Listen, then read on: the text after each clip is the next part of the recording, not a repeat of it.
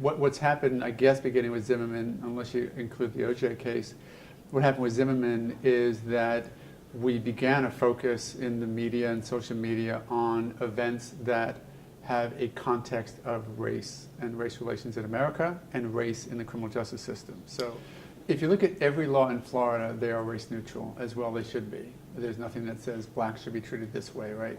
But when you look at the people who are in the system, we know that it is slanted or biased against black males, particularly young black males. You can't look at a system that we have 13.6% of the population is black, but you have a criminal justice system which is overpopulated by about 35, 40, some places 45% blacks in the system. There's a problem there, and it's an undeniable problem, and we have to figure out where it's coming from.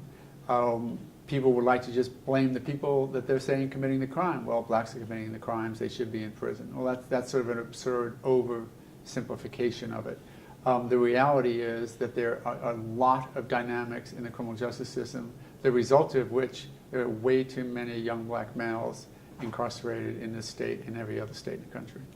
The juvenile justice system, which is the entry point or the exit point for kids into the criminal justice system, is becoming more of an entry point. We have to look at what we're going to do with our 10 and 12-year-olds that come into the system and how to keep them out of the system. One way to keep them out of the system is to make sure that they have a team working with them.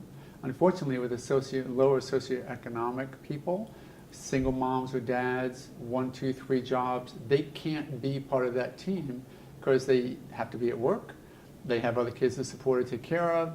So what we're trying to do through the Justice Outreach Program is to bring together a team. And if we keep kids out of the criminal justice system, we'll keep them out of the adult system. One, we refuse to talk about it. So we are so unaware of how to cross the gap of conversation between the races that we just don't. And in not talking about it, we're keeping alive those very systemic biases that we would like to talk about. So it's almost this circle of lack of conversation that keeps causing us more and more problems. I don't think that there's a quick answer solution to most societal problems, but let me tell you something.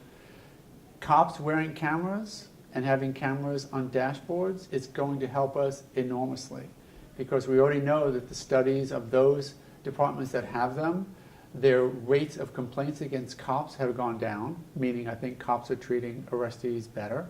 And there's no dispute or less dispute over what happened that led to an arrest or a lack to arrest. But I am actually encouraged by the fact that the younger generation, I sound old when I say that, the younger generation is willing to talk about it. So get out there, talk, and don't let a case like the Dunn case just be resolved by the very verdict. Talk about it, get it figured out.